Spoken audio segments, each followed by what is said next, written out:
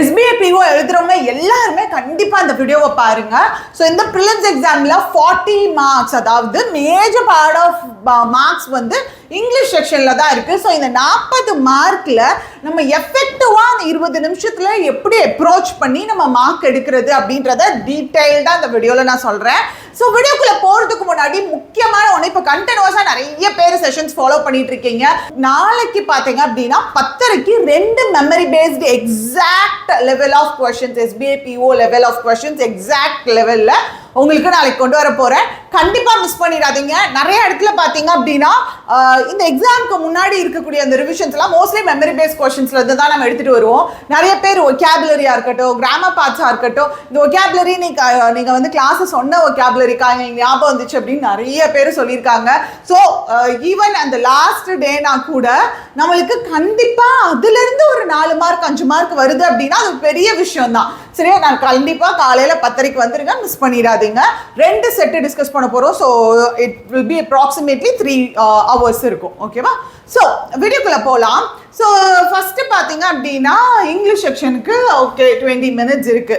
So 20 minutes இருக்கு. 40 கொஸ்டின்ன்றப்ப கண்டிப்பா கொஸ்டின்ஸோட level வந்து ரொம்ப டிஃபிகல்ட்டாக இருக்காது அப்படின்னு நான் நினைக்கிறேன். ஏன்னா 40 கொஸ்டின் இருக்குது, 20 நிமிஷத்தில் நீங்கள் எழுதணும் அப்படின்னா கொஸ்டினோட லெவல் கொஞ்சம் மாட்ரேட்டாக இருந்துச்சுன்னா தான் அப்ரோச் பண்ண முடியும். So hour it might be, எப்படி இருந்தாலும் வந்து பார்த்தீங்கன்னா நம்ம அதில் எப்படி கான்சென்ட்ரேட் பண்ண போகிறோம் அப்படின்றத நான் ஃபஸ்ட்டு சொல்கிறேன். இது வந்து ப்ரீவியஸ் மெமரி பேஸ்டு கொஸ்டின்ஸ்லேருந்து எவ்வளோ கேட்டிருக்காங்க, ஆவரேஜாக மற்ற எப்படி ஸ்பிளிட்டப் ஆகிருக்கு அப்படின்றத நான் எடுத்துகிட்டு வந்திருக்கேன்.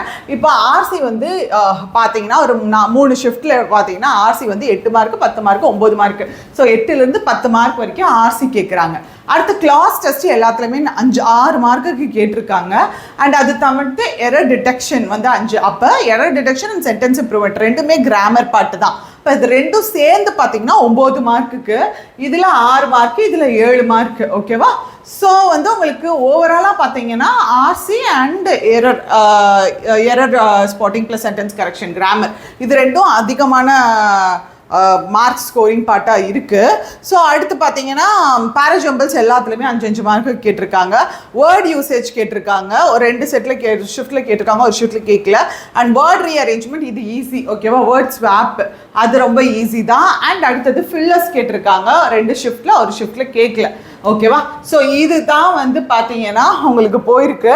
அண்ட் வெயிட்டேஜ் எஸ், இதில் எல்லாத்துலேயுமே பார்த்தீங்க அப்படின்னா இப்போ ஒரு பார்ட் ஈஸியாக இருந்துச்சுன்னா ஒரு பார்ட் கஷ்டமானா கொஞ்சம் யோசிச்சு போடுற மாதிரி இந்த மாதிரி தான் இருந்திருக்கு. So first thing, very first விஷயம் என்ன அப்படின்னா just don't go for RC.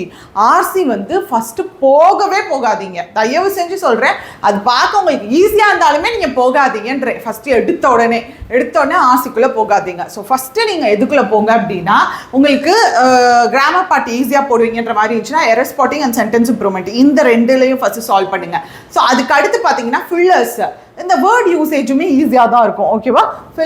ஃபில்லர்ஸு, word replacement, word usage இதெல்லாம் முடிச்சிருங்க. கண்டிப்பாக வந்து வேர்ட் ரீப்ளேஸ்மெண்ட் ஈஸி, எல்லாருமே போட்டுருவீங்க.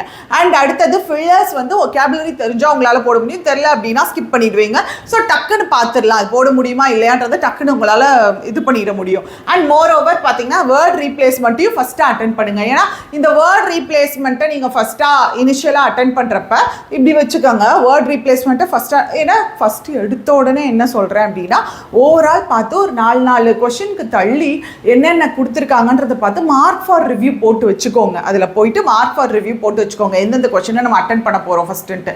ஸோ அப்படி போட்டு வச்சுட்டு அது ஒரு 30 செகண்ட்ஸ் எடுத்து அப்படி போட்டு வச்சுட்டிங்கன்னா சரி எடுத்த உடனே உங்களுக்கு வந்து எரர் ஸ்பாட்டிங் நல்லா வரும்னா அதுக்குள்ளே போய்க்கலாம். இல்லை எனக்கு வேர்ட் ரிப்ளேஸ்மெண்ட் தான் எல்லாருமே போட்டுடலாம். ஸோ அது ஃபஸ்ட்டு போட்டுட்டு அடுத்தது பார்த்தீங்கன்னா இது ரெண்டையும் போட்டுட்டு அடுத்து வேர்ட் யூசேஜ், ஃபில்லர்ஸ் இந்த மாதிரி 1 மார்க் கொஸ்டின்ஸ்லாம் முடிச்சிட்டிங்கன்னு வச்சுக்கோங்களேன். ஒரு எவ்வளோ நேரம் ஆகும்? ஒரு 13 நிமிஷம். ஓகேவா? அது கம்மியாக தான் சொல்கிறேன், ஏன்னா 20 நிமிஷம் தான் இருக்குது. 13 நிமிஷம் 14 நிமிஷத்தில் முடிச்சிங்கன்னா தான் அடுத்தது பார்த்தீங்கன்னா இந்த கிளாஸ் டெஸ்ட். ஓகேவா? Fillers and class test both ஒன்று தான். அதே சமயத்தில் நீங்கள் ஒரு 14 நிமிஷத்துக்குள்ளே இந்த 1 மார்க் எல்லாத்தையுமே நீங்கள் முடிச்சுட்டா அடுத்து பார்த்தீங்கன்னா உங்களுக்கு ஆர்சியும் இதுவும் இருக்கும். கரெக்டாக? பேராஜம்பிள்ஸும் இருக்கும். ஸோ அப்படி இருக்கிறப்ப உங்களுக்கு பேராஜம்பிள்ஸில் நான் என்ன சொல்லியிருக்கேன், எப்படி அப்ரோச் பண்ணணும்னு சொல்லியிருக்கேன், எல்லாமே உங்களுக்கு தெரியும். கரெக்டாக? ஸோ எடுத்த உடனே ஃபஸ்ட்டு ஸ்டேட்மெண்ட்டை ஃபிக்ஸ் பண்ணுறது அப்படி கூடாது. ஃபஸ்ட்டு கான்செப்ட் உங்களுக்கு தெரியணும். குட்டியாக நீங்கள் ஸ்கிம் பண்ணி அந்த பேசேஜ் என்னன்ற எதை பற்றி கொடுத்துருக்காங்கன்றதை படிக்கணும். படிச்சுட்டு தான் ஃபஸ்ட்டு ஸ்டேட்மெண்ட் ஃபிக்ஸ் பண்ணணும். ஓகேவா? ஸோ இது உங்களுக்கு தெரியும். இப்போ இனிஷியலாக உள்ளே இருக்கிற மிடில் இருக்க சென்டென்சஸ் உங்களுக்கு எதுலன்னு ஃபிக்ஸ் பண்ண தரல அப்படின்னா ஃபஸ்ட்டு சென்டென்ஸோ இல்லை லாஸ்ட் சென்டென்ஸோ தெரியுது அப்படின்னா அதை மட்டும் ஃபிக்ஸ் பண்ணிவிட்டு நீங்கள் பெட்டர் வந்து உள்ள உங்களுக்கு ஏதோ ஒன்று கன்ஃபியூஸ் ஆகிற மாதிரி இருந்துச்சுன்னா யூ கேன் லீவ் இட். ஏன்னா எல்லாமே அட்டென்ட் பண்ணணும் அப்படின்றது கிடையாது. எதை விடுறீங்க, எதை அட்டென்ட் பண்ணுறீங்கன்றது தான் மேட்டர். அடுத்தது வந்து இப்போ ஆர்சி நீங்கள் போகிறப்ப உங்களுக்கு பேசேஜ் படித்து கொஷின் அட்டென்ட் பண்ணுறதுக்கு டைம் இருக்குது அப்படின்னா ஓகே. இல்லை எனக்கு ஆர்சி உள்ளே போகிறப்ப 2 நிமிஷம் தான் இருக்குது அப்படின்னா டைரெக்டாக சினோனிம்ஸ் ஆன்டோனிம்ஸ்குள்ளே போயிடுங்க. ஓகேவா? சினோனிம்ஸ் ஆன்டோனிம்ஸ் இல்லை ஃபில்லர்ஸ் மாதிரியே கூட கொடுத்துருப்பாங்க அந்த மாதிரி கொஷின்ஸ். ஸோ இதுக்குள்ளே போயிடுங்க. அப்புறமா இதை அட்டென்ட் பண்ணுங்க. ஓகேவா? லாஸ்ட்டாக இல்லை உங்களுக்கு டைம் இருக்குது ஒரு 6 நிமிஷம் அந்த மாதிரி இருக்குன்னா நீங்கள் பேசேஜ் வித் கொஷின்ஸ்ன்ற மாதிரி போகலாம். ஓகேவா?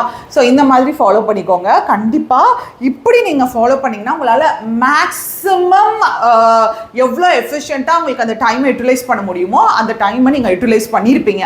ஸோ இதை நம்ம எப்படி இதே பேட்டர்னில் தான் வந்து பார்த்தீங்கன்னா நாளைக்கு லைவ் மாக் டெஸ்ட் வந்து 10:30 கொண்டு வர போகிறேன். 2 செட் இருக்கும். அதில் வந்து செம்மையாக அப்படியே எக்ஸாம் பாயிண்ட் ஆஃப் வியூவில் இருக்கக்கூடிய கொஷின்ஸ் தான் நம்ம சால்வ் பண்ண போகிறோம். ஸோ காலையில் 10:30 கண்டிப்பாக வந்துருங்க. நீங்கள் எந்த எக்ஸாம்னாலும் அடுத்து SBI அண்ட் IBPS PO ரெண்டுக்குமே வந்து அது ரொம்ப யூஸ்ஃபுல்லாக இருக்கும். So that's it guys. So இந்த மாதிரி தான் அப்ரோச் பண்ணணும். அண்ட் மோரோவர் ஒரு விஷயம் நான் சொல்லணும்னு நினச்சேன். அண்ட் உங்களுக்கு எலிட் பாஸ் வேணும் அப்படின்னாலும் கண்டிப்பாக யூஸ் பண்ணிக்கோங்க, ஒர்த்தாக இருக்கும். ஸோ அதற்கான லிங்க்கையும் டிஸ்கிரிப்ஷனில் வச்சுருக்கேன். அண்ட் என்ன சொல்லணும்னு நினச்சேன்னா அந்த SBI POட கொஷின்ஸ் எல்லாம் நிறைய சைட்ஸில் நீங்கள் அட்டென்ட் பண்ணியிருப்பீங்க. அது டஃப்பாக இருந்திருக்கலாம், டஃப்பாக தான் இருக்கும், அப்படி தான் வைப்பாங்களே. பட் அதை பார்த்துட்டு வந்து ஐயோ நமக்கு மார்க்கே வரலையேன்னு சொல்லிட்டு நீங்கள் எக்ஸாம் ஹால்குள்ளே போகிறப்பவே உங்களை இன்ஃபீரியராக நினச்சிட்டு போகாதீங்க. சரியா? அதில் உங்களுக்கு SBI PO ப்ரிலிம்ஸ் நீங்கள் அட்டென்ட் பண்ணுறீங்க, நார்மல் நீங்கள் வெப்சைட்ஸில் அட்டென்ட் பண்ணுறீங்க, உங்களுக்கு 40 மார்க் தான் அதில் வருதுன்னா கண்டிப்பாக உங்களுக்கு இதில் ஒரிஜினல் எக்ஸாமில் ஒரு 56-57 மார்க் வரும் கண்டிப்பாக. ஏன்னா டிஃபிகல்ட்டான கொஷின்ஸ் எடுக்கிறப்ப நீங்கள் அந்த மாதிரி 40 மார்க்ஸ் வருதுன்னா கண்டிப்பாக 15 மார்க் இங்கே எக்ஸ்ட்ரா வர வாய்ப்பு இருக்குது. அதனால நீங்கள் ஃபஸ்ட்டு நீங்கள் வரி பண்ணாதீங்க, கான்ஃபிடென்ட்டாக போய் எழுதுங்க. சரியா? நல்லபடியாக போய் எழுதிட்டு வாங்க. ஆல் தி பெஸ்ட் எல்லாருக்கும். அண்ட் கண்டிப்பாக நான் எப்போவும் சொல்கிற மாதிரி நம்ம அடுத்த 2027 KR Logics அவார்ட்ஸ் எய்ம் பண்ணுங்க. அண்ட் நாளைக்கு 10:30 காலையில் மீட் பண்ணுவோம். So tata bye, see you guys.